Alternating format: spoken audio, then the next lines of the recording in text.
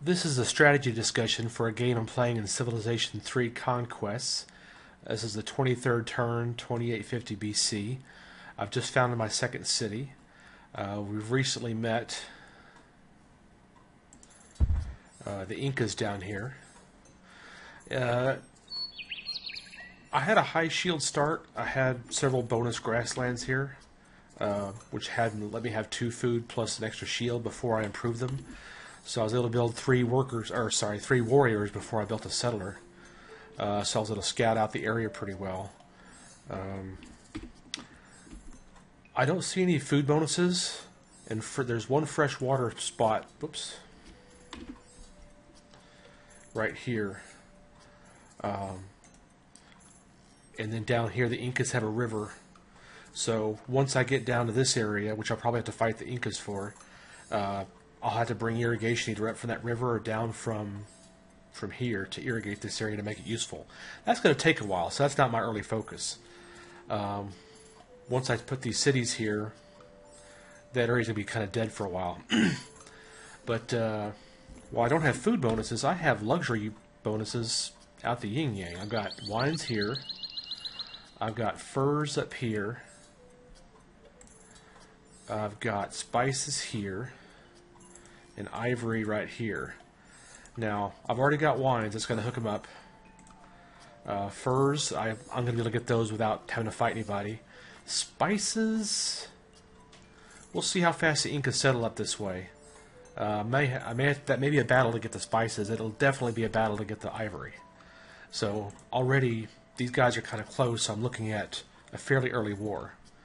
So I got to keep that in mind. Also, I don't have that much space. I'm looking at the green. I got plenty of food and shields here.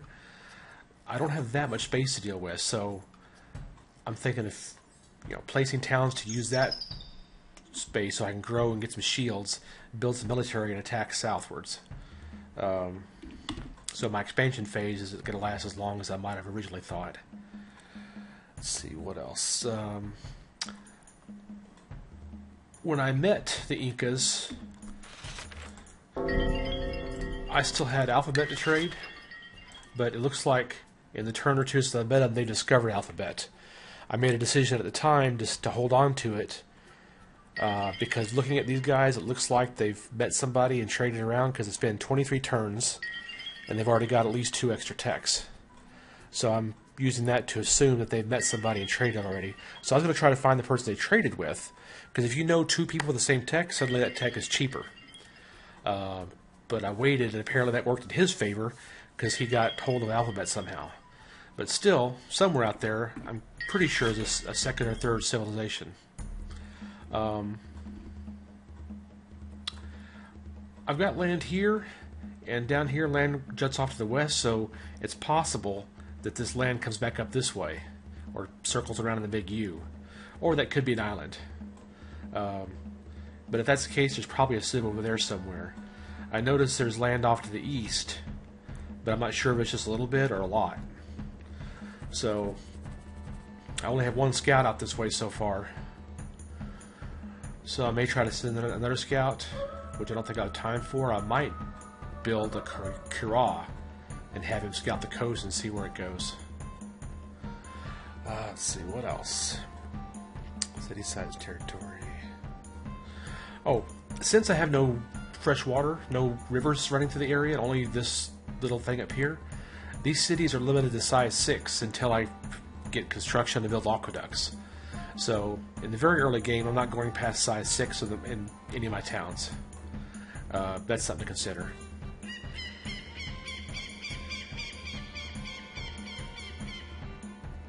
Alright, let's take a look at where I'm planning to put my cities. I wasn't sure what to do with the gold. The tundra is not very useful any time in the game. You can work at maybe 2 people out of a city on tundra and then you're out of food. The best they can do for them is put forests on them. It's 1 food, 2 shields. Originally I thought about putting a city here so I wouldn't take up one of these 2 grass tiles. But then it's off the coast and all it's got is a gold hill, which isn't a whole lot better than a tundra tile, by itself.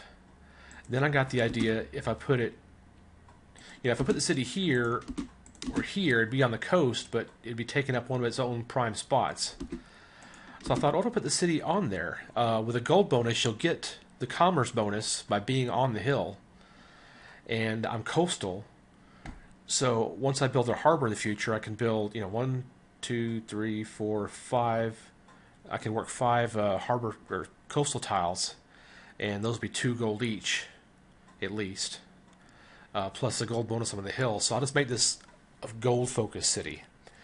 It's not going to have a lot of shields. Eventually it can work these 2 hills, and in the near future it can work some of these grass tiles here. But mainly I'll just make that a commerce city, so it's going to be gold and research, that kind of thing. To get the furs, I considered settling on the fur, maybe on the hill again, but there's no good reason. This site will let me have both furs without expanding, and a fur is one of the few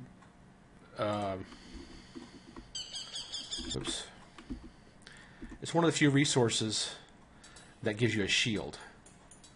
So this forest right now in despotism is 2 shields, but once we get out of despotism, it'll be 3 shields. So So I put the city here. I'm going to have a 1-3 and a 1-3 to work, which isn't a lot, but it can build something stupid. But mainly that city is just to claim the furs. Let me discuss my first city I placed.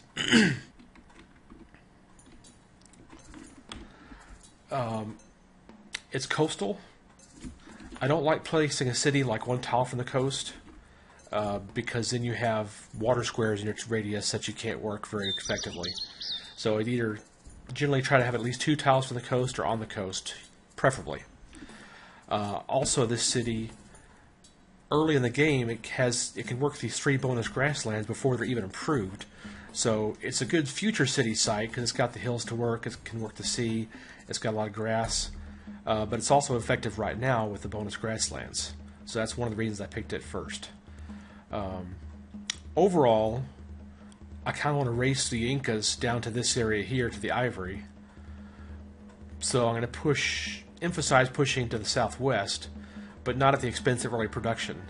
However, there's some bonus grasslands down here, so this city, once it's placed, that's going to miss that one at first until this expands, but it'll have some early production. At first I wanted the city here, but this area up here is kind of weird, and this placement would kind of miss out on a couple tiles over here, so I wound up moving him. Where'd I have him? Here?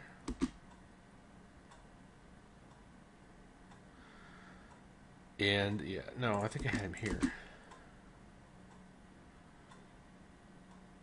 Well, anyway, somewhere in there. He can claim some more of this center territory. Up here is kind of tricky. I don't want to be on the bonus grassland, almost never. I thought about placing here, but that leaves some unclaimed tiles here. That one seems to be the best compromise. It gets the bonus grassland here. It's on the fresh water, so it can grow to size 12 eventually, although I don't know if I have the tiles to work. It can grab these tiles here, or these 2. I don't know. This isn't a great layout.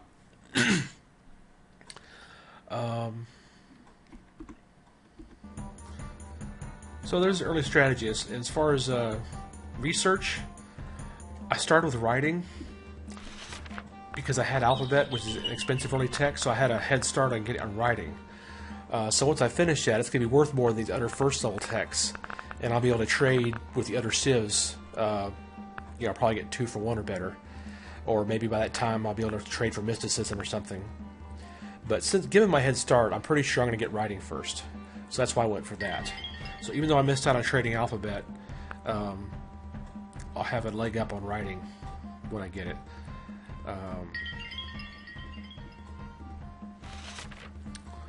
What else? Well, that's all I can think of for workers. I'm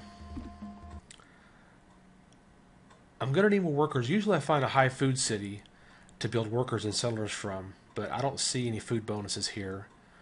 So I was going to have to kind of pick as I go. But I definitely need more workers to connect these roads, improve these tiles, and start roading towards the luxuries and the foreign civ for a war. So a lot of competing priorities. But that's what the next turns will be, is improving the lands, settling out, and starting to prepare for a war with Inca.